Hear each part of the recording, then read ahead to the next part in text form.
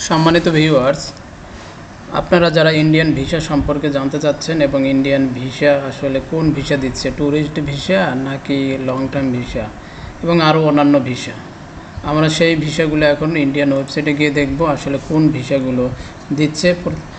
এখন এখানে আমরা গুগলে এসে সার্চ করব ইন্ডিয়ান INDIAN, এই কথাটা লিখলেই চলে আসবে। এখন আপনি এন্টার দেবেন ইন্ডিয়ান ভিসা অ্যাপ্লিকেশন, এই লিঙ্কটাতে আপনি চলে আসবেন। লিঙ্কটাতে চলে আসার পরে দেখবেন যে আসলে ইন্ডিয়ান ভিসা অ্যাপ্লিকেশন এটা আছে কি, বাংলাদেশ এটা আছে কি না, ইন্ডিয়ান ভিসা, এই ওয়েবসাইটে আপনি আসবেন। ওয়েবসাইটে আসার পরে আপনি অ্যাপ্লাই অনলাইনে ক্লিক করবেন। প্রথমে আপনি দেখতে পাবেন এই পৃষ্ঠা। এই পৃষ্ঠা দেখার পর মাউসের হুইল বা স্ক্রল করবেন চাকাটাকে, স্ক্রল করার পরে নিচে আসবেন অ্যাপ্লাই অনলাইনে। অ্যাপ্লাই অনলাইনে ক্লিক করবেন। ক্লিক করার পরে এখানে কান্ট্রি সিলেক্ট করবেন। ফার্স্টে Bangladesh, Indian mission office, Bangladesh to Dhaka, হ্যাঁ। তারপর ন্যাশনালিটি, বি প্রেস করতে থাকবেন যতক্ষণ বাংলাদেশ না আসবে। তারপর ট্যাপ, এখন আসবেন ভিসা টাইপে। এখন দেখা যাচ্ছে এখানে অনেকগুলি ভিসা আছে, Ayush, business, conference, diplomatic, NT, film visa, আরও অনেকগুলো ভিসা আছে যেগুলো আমরা দেখতে পাচ্ছি। এখানে লং টাইম ভিসা বলতে কিছুই নাই। ভিসা টাইপ, এটা হচ্ছে একটা ভিসা টাইপ। এই ভিসা টাইপটাই হচ্ছে মূলত আমরা কোন ধরনের ভিসা ইন্ডিয়াতে যেতে পারি, এই ভিসা টাইপ। এর বাইরে কোনো ভিসা দিচ্ছে না। অর্থাৎ এখানে যেহেতু LTP ভিসা নাই, অর্থাৎ LTP ভিসা নামে কোনো ভিসাই নেই। যারা এই বিষয়ে কথা বলছে তারা মিথ্যা কথা বলছে। আমি এইটা আপনাদের সকলকে অনুরোধ করছি, আপনারা সকলে ইন্ডিয়ান ওয়েবসাইট দেখে ভিসা দেখবেন কোন কোন ভিসাগুলো আছে।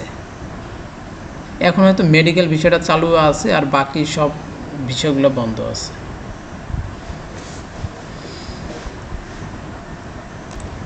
তাহলে আমি আপনাদের অনলাইন ভিসা অ্যাপ্লিকেশনটা দেখাইলাম কিভাবে ইন্ডিয়ান ভিসা নিজেও অ্যাপ্লিকেশন করা যায়। আর আজকাল এমন কোনো ব্যক্তি নেই যার স্মার্টফোন নেই।